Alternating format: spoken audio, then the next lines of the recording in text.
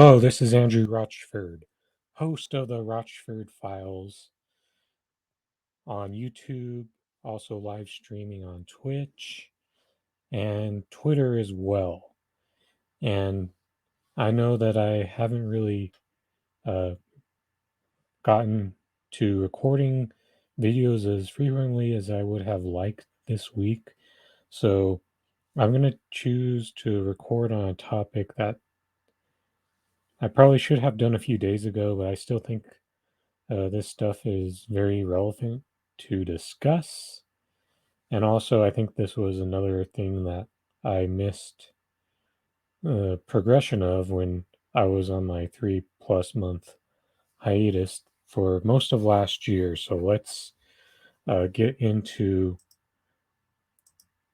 this polling that recently came out.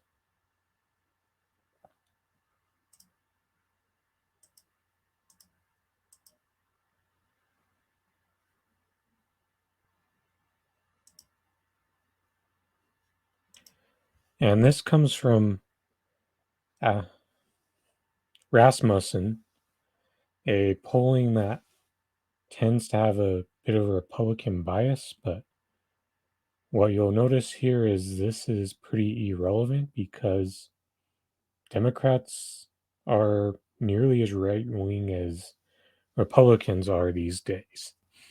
And Alex Rubinstein was one of many people who shared this insane survey of Democratic voters in a recent poll.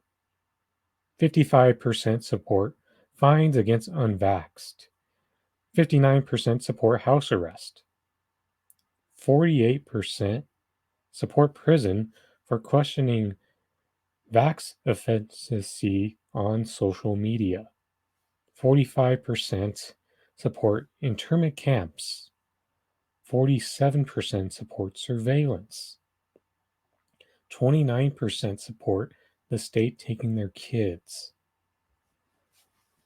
This is how much the Biden administration is now starting to pull liberals and hell, even some progressives further right in the process. This right here. But first off, I'm going to start off by addressing the liberals who, during last year's election, kept talking about, oh, Bernie Sanders, he's too radical. Bernie Sanders, he's just like Donald Trump. Uh, I like Medicare for all, but I don't believe Bernie Sanders can beat Trump. And at least Joe Biden's going to give us the public option. That's what these liberals were saying during the primary back in 2020. And I'm sure a lot of those similar things were being said when Bernie Sanders ran in 2016. Now let's see where they are. And a lot of this really went down once people were starting to get vaccinated and they started to become more available back in the summer. They used to be talking about a more universal healthcare system than our privately ran system that we have in place now, even if you liked the establishment Democrats who definitely weren't going to give you anything resembling a universal healthcare system. Now let's see where this polling shows how much they veered off the path of, oh, I like universal healthcare, but the people who are talking about it just aren't the right people to execute it. And before I go any further, just know that I don't even believe elected progressives right now will follow through on the promise of getting us any closer to universal health care. And last year, they proved it at how quickly elected progressives in Congress have abandoned talking about Medicare for all shortly after they ignored us and told us that force the vote was a bad idea. So that part applies more to the left part of the audience. But let's get back to this right here, because some people try to discard these results because Rasmussen has a more Republican bias in the polling. And my response to that is to go look at any Occupy Democrat post related to the unvaccinated. Retweet if you support unvaccinated paying more for their health cost. Retweet if the unvaccinated deserve to lose their job. Retweet if you think that big tech should censor people for questioning vaccines.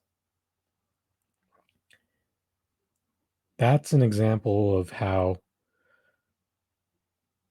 Joe Biden's and his administration have effectively moved his base more to the right. Not only him, but you can also think a lot of those anti-Trump Republican types, especially those fucking grifters at the Lincoln Project. They played their role in this too, and how everything is based on anti-left. Anything that was even remotely left coming out of Biden's platform, he hasn't done jack shit on. And you had a lot of people who constantly quoted the platform as a reason to vote him. And the checkmate to that was always the fact that it was so that everything in that was essentially meaningless. Remember, he said to those corporate donors and lobbyists, nothing would fundamentally change. He was right in terms of the country making a leftward shift under him. But what people did not prepare for was this further shift to the right. Now let's go to the third point. 48% support prison for questioning vax efficiency on social media. This is not surprising whatsoever. The Democrats have become the least belief in freedom of speech among any of the political ideologies. Liberals are the believe in this concept the least. But then again, the main opposition to that is a bunch of right-wing reactionaries who, at the end of the day, really only care about freedom of speech for themselves.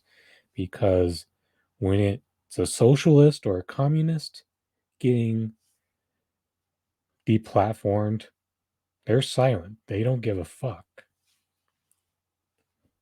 So the liberals have become the party, have become very supportive of big tech. They're extremely supportive of the CIA. They eat up all the military industrial complex propaganda. They support making the police state even further powerful. So that right there shows you where the people the people are just going right along with this further move to the right.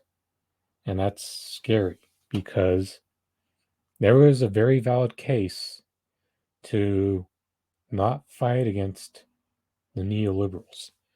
I mean, there were a few prominent voices on the left who made the argument that fighting against neoliberalism made more sense than fascism. But Joe Biden, so far, all he has done is extremely blurred the lines between neoliberalism and neo fascism, that he's essentially the hybrid of it. And this is the part that's scary, is because if we had a second term of Trump, I think a lot of these liberals would have still been out in the streets protesting. And what Biden has done instead, he's killed the mobilization of a lot of left wing protest. And instead, all you're seeing is tiny right wing movements pop up in the process, because when people are given the conditions of not trusting their government, that's going to pave the way for further fascism, and only seeing real movements mobilization of people pop up from the right.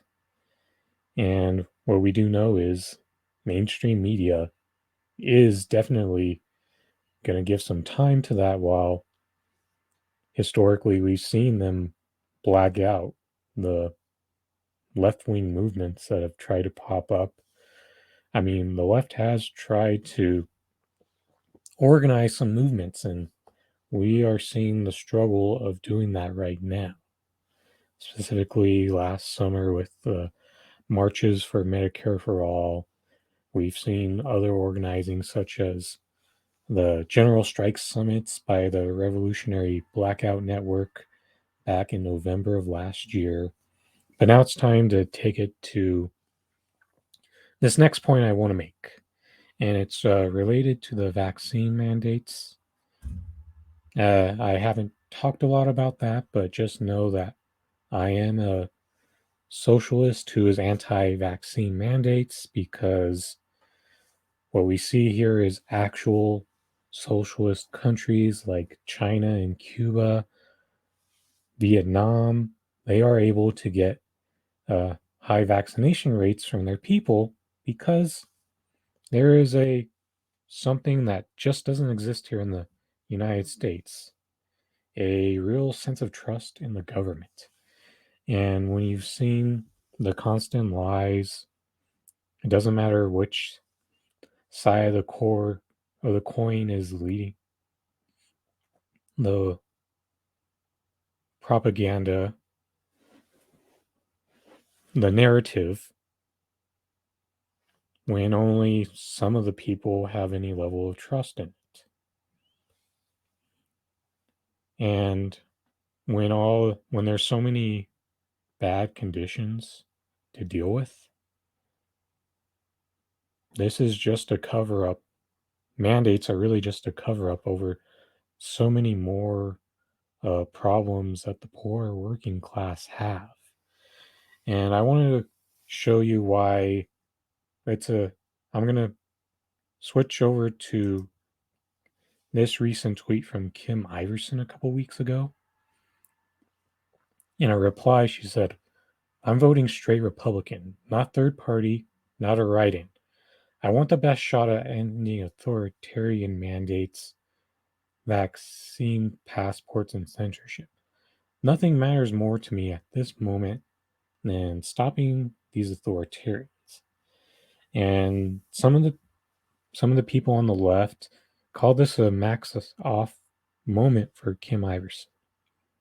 But for me, I just wanted to point out that I this isn't inconsistent with who Kim Iversen is. She's always been one of the more moderate people in this media space. So just know that it's not exactly surprising that she isn't as left on certain aspects as other people, although she's done some good reporting on challenging some of the mainstream narratives related to COVID. But I want to point out why it's counterproductive, in my opinion, to do what she plans to do in these upcoming midterm elections, which is going with a straight Republican ticket. And it's because this is what the two party system is effectively designed to do: find one or two issues at the time that will stoke up a culture war and get you to fall in line to vote for this. And why it's a counterproductive and bad idea is, while Republicans are more likely to follow through on more of their important campaign promises, what they what happens is you're also effectively throwing away an opportunity to get to hold your make them earn your vote on more issues. And that goes for both parties, but especially the Democratic Party, who comes out and tells you a lot more things that make you feel good, but they do far less. And if they do anything, it's always capitulating to the Republicans, and you're far better off opposing these issues that the ones Kim Iversen points out as her reasoning to plan for voting a Republican ticket is by mass mobilization and direct action, because that's our only way forward. This two party system is so captured that if you participate in it in the way that Kim Iversen, I'm sure a lot of other people plan to do over these issues as well, you're effectively justifying the system when it's all said and done at the end of the day.